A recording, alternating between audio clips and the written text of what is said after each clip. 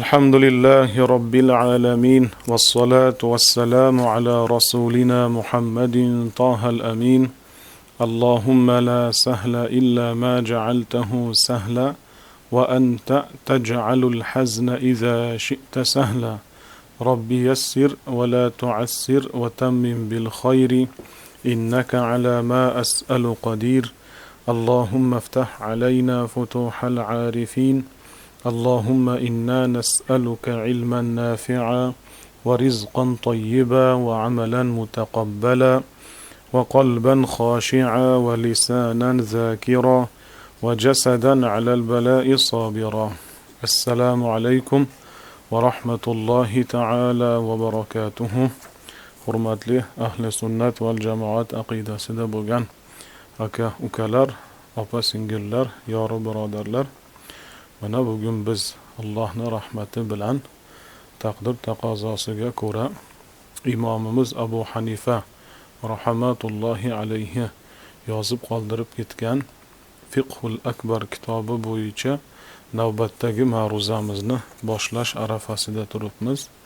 Ma'ruzani boshlashdan oldin man avvalambor o'zimga, qolaversa mana shu ma'ruza orqali sizga murojaat etib aytadigan birgina umidim, tilagim bor. U ham bo'lsa ixlos niyatli musulmon bo'lishlikni Allohim hammamizga nasib etsin.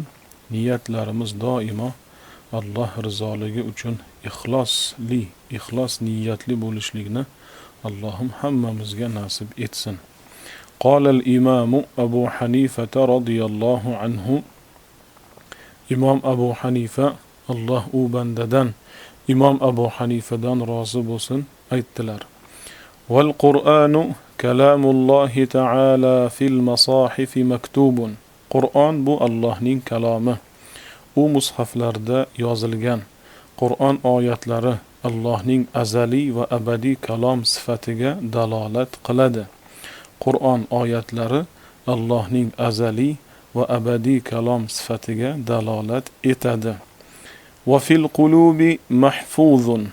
Qalblarda, yuraklarda yodlangan. Va alal alsuni maqru'un.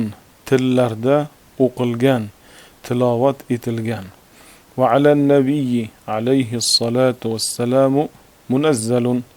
Muhammad alayhi salomga sallallohu alayhi vasallamga nozil etilgan. Va lafzuna bil Qur'ani makhluqun. Qur'on bilan qilgan talaffuzimiz, ya'ni Qur'on oyatlarini talaffuz etib o'qishimiz maxluq, yaratilgan. Va kitabatuna lahu makhluqatun. Qur'on oyatlarini yozishimiz ham maxluq, yaratilgan. Va qira'atuna lahu makhluqatun. Qur'onni o'qishimiz ham maxluq, yaratilgan.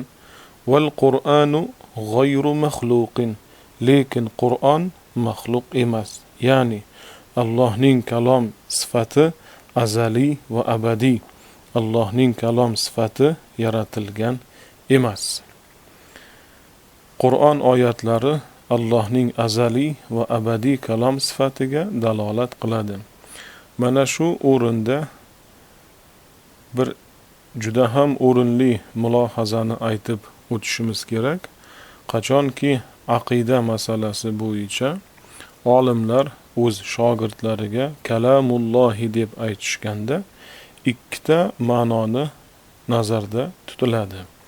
Kalamulloh deb aytilganda, demak mana shu kalamulloh degan so'z o'z ichiga ikkita ma'noni oladi. Birinchisi bu Allohning azaliy va abadiy kalom sifati, ikkinchisi esa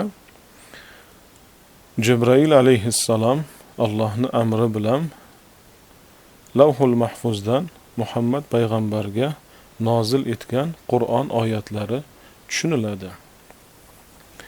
أقول هذا أستغفر الله لي ولكم. اللهم اجعلنا من الصالحين ولا تجعلنا من الطالحين. اللهم اجعلنا من أهل الجنة ولا تجعلنا من أهل النار برحمتك يا أرحم الراحمين.